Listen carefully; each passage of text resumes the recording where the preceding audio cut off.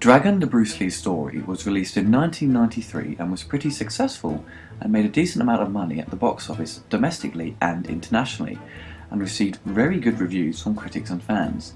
With the film claiming to be about Bruce Lee's life, it's more centred around his relationship with Linda. With the film being based on her novel called The Man I Only Knew, it takes liberties with the factual truths. The film doesn't claim to be a documentary or, for example, starts with these events that took place are fact, etc. It's loosely based on his life. Rob Cohen writes and directs the film and went on to have success with Dragonheart, Daylight, Fast and the Furious and Triple X. I feel his body of work got worse with time. I feel this film and Dragonheart are probably his best films. Dragon, the Bruce Lee story is very well directed. The production design of the film works really well for a film on a modest sized budget, but the most impressive part of the film is its casting. Jason Scott Lee, no relation to Bruce Lee by the way, gives an incredible performance. He captures the energy and spirit of Bruce Lee. He doesn't look like Bruce. He's a bit taller and has a larger build, but once he's on camera, you forget about any physical differences, and you really believe this guy is Bruce Lee. Prior to the film, Jason had no martial arts training but was trained as an actor and a dancer. The director thought it was best to get someone who could act and train them to fight, which is very much the same approach the directors did with the Matrix films. Jason was trained under Bruce Lee's former student, Jerry Poteet, in the style of Jeet Kune Do. Jason still trains under Jerry since the film's release. Jason gets all the mannerisms of Bruce and nails the emotional side when he discusses Kung Fu and his philosophy on life. Lauren Holly, who plays his wife Linda, gives a fantastic performance and you really believe she's in love with him. Their chemistry on camera is perfect. Most people will probably remember her from Dumb and Dumber.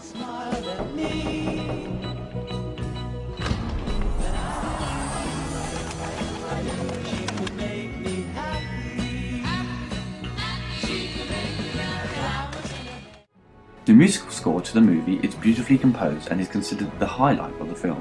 The love theme for Bruce and Linda and the main theme really tugs at your emotions, making you cry very easily on the happy or sad moments. The music captures the spirit of Bruce Lee so perfectly. I wish every time there was a documentary or anything on TV related to Bruce Lee, this music should always be attached to his image. The music proved very popular in the industry and the love theme was used on many trailers such as Forrest Gump, The Truman Show and The Patriot. Now, if you are a Bruce Lee fan and you've done a bit of research about his life, after viewing the film you will find a lot of the movie has changed parts of Bruce's past to tell a traditional structured story. Many fans complain about the changes the director made. Here are some of the moments in the film that stood out for me. Lee started training Wing Chun at the age of 13 after losing a fight with bullies, not because of inner demons. Wong Jack Man did not kick Bruce Lee in the back while Lee was walking away from the fight. The fight did in fact take place, but it was at Lee's own school, not at the strange temple scene in the film. Bruce won successfully, but his fighting style was very limited at the time. The fight was the reason that Lee developed his own style of Jeet Kune Do. Lee actually damaged his back by lifting a weight incorrectly and pinching his sacral nerve. There was no rematch between Lee and Wong Jack Man, or a fight against Wong Jack Man's brother while making the Big Boss. However, a challenge match did take place between Bruce and a local Thai boxer while filming the Big Boss. Bruce Lee was often challenged on set. On the making of Enter the Dragon, Hong Kong cinema expert Bay Logan discusses what happened. This was all just open land. You never knew what was going to happen. And one day they actually found a dead body of a woman over there. A woman hiker's dead body was found. Nothing to do with the production, allegedly. So they closed down production while the police came and investigated and interviewed everybody. And all these extras, many of whom were part-time extras and full-time gangsters, were left with a lot of time on their hands. And a bunch of them were sitting on this wall up here when Bruce Lee was teaching one of the other actors how to fight. And of course, after about half an hour in the hot sun, the extras are getting a bit feisty, and some of them were shouting down, "Ah, you're not as good as you think you are," and they kind of got one guy braver than the others, and he jumped down from the wall to challenge Bruce. Bruce says, you know, well, tell you what, you hit me once, I'll hit you once. So the guy does a kick, and Bruce just deflects it with his shoulder, and then Bruce said, okay, now it's my turn. And he did a kick, and it was so fast, the kick hit the guy, and the guy thought nothing. He didn't think he'd even been hit. And he opened his mouth to laugh at Bruce, and all the teeth and blood fell out, and so that put an end to the challenges, because they figured, no, this guy is way too good. And it happened right here. At the end of the film, Linda says he died 3 weeks before the opening of Enter the Dragon, but in fact it was 6 days before the release of the film. The book Tao of Jeet Kune Do was published 2 years after Lee's death and not during his lifetime. The ending of Dragon only says that Lee died from a mysterious coma of unknown cause. In reality, he died of an aneurysm, an allergic reaction to a painkiller that made his brain swell. The film does hint at the painkiller after an argument with his wife.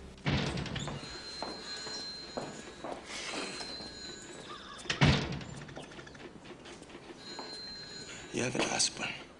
During the course of the film, Bruce is confronted by a demon warrior. It's supposed to be a metaphor of Bruce Lee's health condition. According to his wife Linda, she said 3 months before he died, he collapsed at the studio and told her later something was trying to drag him away from life. It was like he was fighting a demon. Now, Rob Cohen threw that idea into the plot to create a villain, so the film is structured very much like a typical Hollywood feature.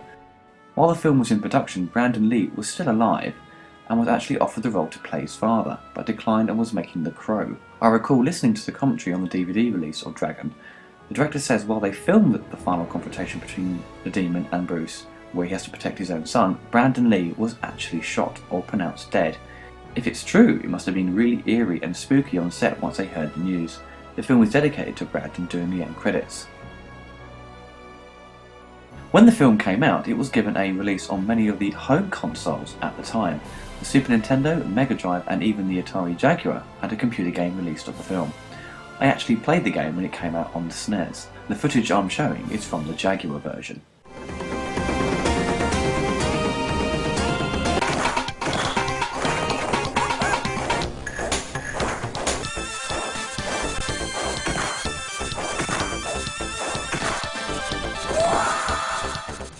With the many faults in the film regarding the events that took place in Bruce Lee's life, it's still very enjoyable to watch. It moves along at a good pace, the performances are top notch, the fight scenes are well staged.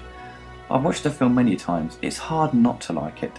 Don't think of it as a straight out factual story of Bruce's life. The film is more about his relationship with Linda, and just enjoy it for what it is, a good piece of popcorn entertainment, and not to be taken seriously. Linda, I forgot something. What? I forgot to tell you I love you. You know, I don't think you've ever said that to me before. Yeah, but I meant it every day.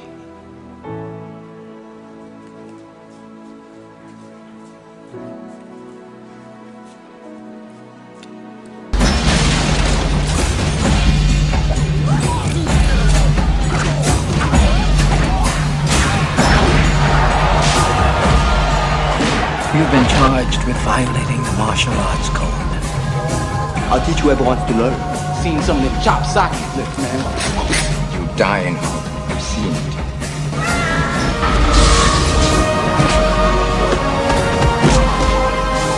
I have developed a way of fighting with no fixed positions. They tell me you make a big noise in America so I can hear it over here.